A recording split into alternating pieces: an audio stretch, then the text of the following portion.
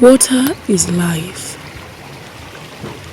Water brings life, and where water is found, there is a lot that grows. This was during a dry season back in the day, where you can be able to see green just at the bank of this river. Everything looks green and healthy.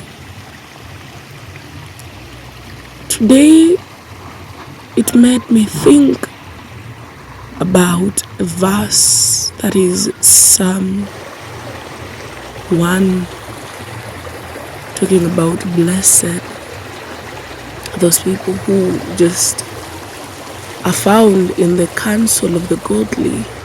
And then it goes on and says in 2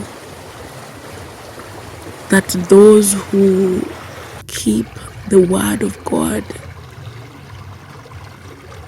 they are blessed, and they are being compared to a tree at the riverbank, that it will produce in and out of season.